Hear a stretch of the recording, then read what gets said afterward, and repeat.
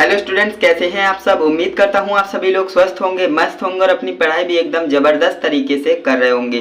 तो दोस्तों, आज की इस वीडियो में हम जानने वाले हैं जो कक्षा 10 के स्टूडेंट हैं, जो कि हिंदी में उन्हें कन्फ्यूजन रहता है कि उनके ज़िले में कौन सा काव्य खंड चलता है ना, कौन सा खंड काव्य चलता है। ये काफ़ी सारे स्टूडेंट्स को प्रॉब्लम होती है, ये समझ में नहीं आता है ना। तो आज की इस वीडियो को आप कंप्लीट देखेंगे ना, तो आपको पता लग जाएगा कि आपके ज़िले में कौन सा खंड काव्य चलता है ना, और आपको वही तैयार करना है।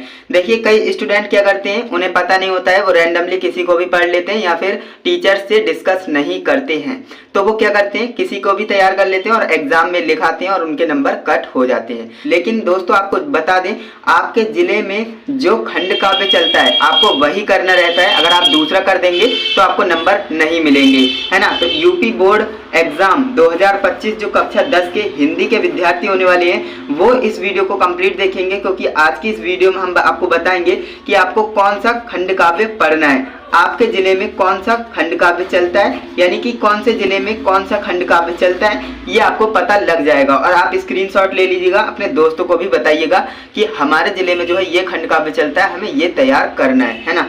एंड यहाँ पर जो है मैं काफ़ी सारे जिलों को लेकर के आया हूँ लिखकर, है ना। तो देखते हैं फटाफट से।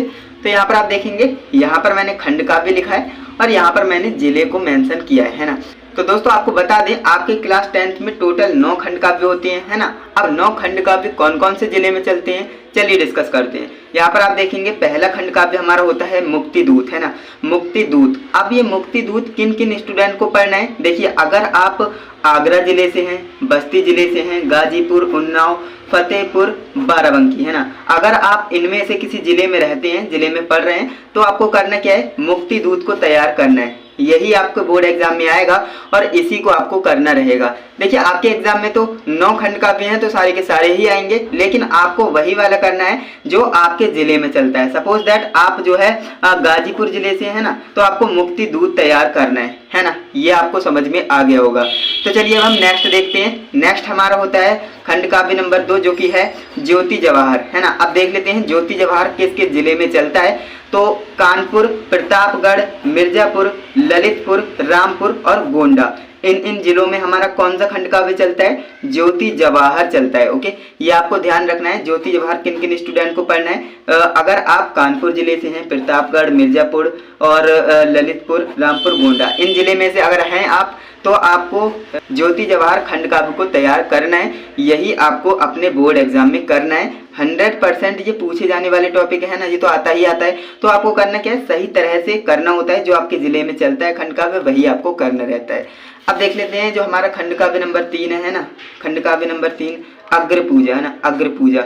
अब देख लेते हैं अग्र पूजा कहाँ कहाँ चलता है ना, कौन कौन से खंड काव्य कौन कौन से जिले में चलता है अग्र पूजा, है ना। तो वो देखिए, प्रयागराज, आजमगढ़ और मथुरा, 3 जिलों में हमारा कौन सा चलता है, अग्र पूजा। ध्यान देंगे, अग्र पूजा किन किन स्टूडेंट को पढ़ना है। अगर आप प्रयागराज से हैं या फिर आजमगढ़ या फिर मथुरा जिले से हैं, तो आपको जो है ये इसे तैयार करना है, अग्र पूजा को। ओके, आपको ध्यान देना है। एंड इसके बाद हम आगे बढ़ते हैं। तो देखिए, जो हमारा नेक्स्ट है चौथा नंबर जो आपका खंड काव्य होता है, वो होता है मेवाड़ मुकुट, है ना। मेवाड़ मुकुट किन किन स्टूडेंट्स को पढ़ना है, चलिए देखते हैं। बुलंदशहर, देवरिया, बरेली, सुल्तानपुर, सीतापुर और बहराइच। अगर आप इन जिले से हैं, इन जिले से बिलोंग करते हैं ना, तो आपको करना क्या है, मेवाड़ मुकुट को तैयार करना है। ये बहुत ज़रूरी बात है और हर स्टूडेंट्स को पता होनी चाहिए, है ना, कि हमारे ज़िले में कौन सा खंड काव्य चलता है और हमें उसी को पढ़ना रहता है। तो आपको मेवाड़ मुकुट तैयार करना है। अगर आप किसी और को लिख देंगे तो आपको नंबर नहीं मिलने वाले हैं, ध्यान देंगे। अगर आपके ज़िले में मेवाड़ मुकुट चलता है तो इसे ही लिखेंगे, तभी आपको नंबर मिलने वाले हैं। चलिए आगे बढ़ते हैं। जो हमारा 5वां नंबर खंड काव्य है, वो है जय सुभाष, है ना, जय सुभाष। अब देखते हैं जय सुभाष कहाँ पर चलता है ना, कौन कौन से जिले में चलता है। तो वो देखिए, लखनऊ, सहारनपुर, फैजाबाद, बांदा, झांसी, हरदोई।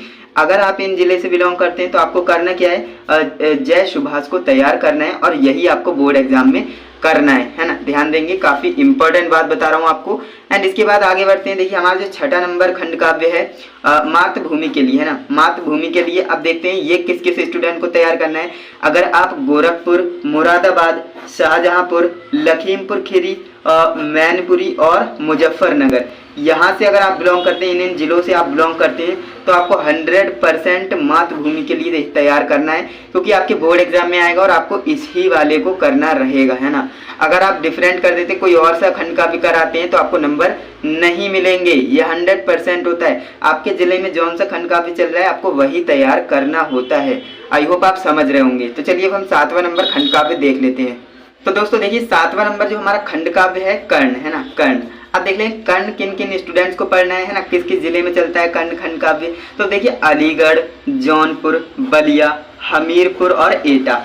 अगर आप इन जिलों से बिलोंग करते हैं, तो आपको क्या कर्ण खंड काव्य को तैयार करना है। ये आपको अपने बोर्ड परीक्षा में करना रहेगा, है ना।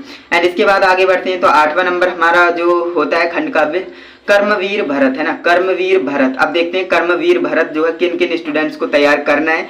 तो वो मेरठ, फर्रुखाबाद, पीलीभीत और रायबरेली। अगर आप इन जिलों से बिलोंग करते हैं, तो आपको कर्मवीर भरत तैयार करना है। ये 100% पूछे जाने वाले टॉपिक होता है ना, खंड काव्य तो आता ही आता है। तो आपको क्यों ना, आपको पता होना चाहिए कि आपके जिले में कौन सा खंड काव्य चलता है ना। तो वही आज की इस वीडियो में बता रहा हूँ। आई होप आपके सबके जो है जिले कवर हो जाएंगे इस वीडियो में।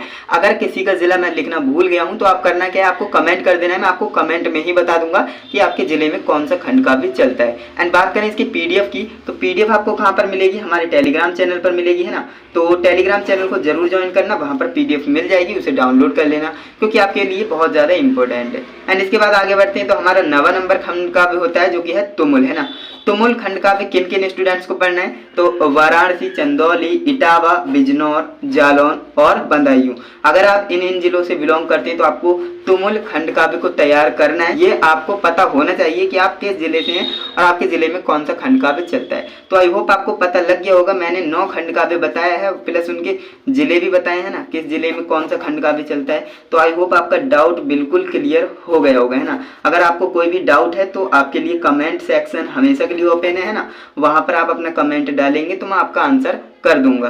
तो आई होप आपको समझ में आया होगा अपने। तो दोस्तों, इस वीडियो को अपने फ्रेंड्स के साथ भी शेयर करना, जिससे कि उनका भी डाउट जो है क्लियर हो सके। चैनल पे नए हो तो सब्सक्राइब हो जाना, क्योंकि इस चैनल पर मैं इसी तरह का कंटेंट लाते रहता हूँ और आपको बोर्ड परीक्षा की तैयारी कराते रहता हूँ, बिल्कुल फ्री ऑफ कॉस्ट, एंड आपको जेन्युइन और रियल कंटेंट प्रोवाइड कराता हूँ। तो चलिए दोस्तों, आज के लिए बस इतना ही। मिलते हैं नेक्स्ट इंटरेस्टिंग इन्फॉर्मेटिव वीडियो के साथ। तब तक के लिए जय हिंद, वंदे मातरम।